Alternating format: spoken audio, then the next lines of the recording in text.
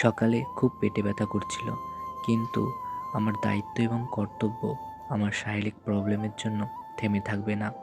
তাই সকালবেলায় আমার দায়িত্ব ছিল যে টিউশন পড়ানো, সেটা পড়াচ্ছিলাম।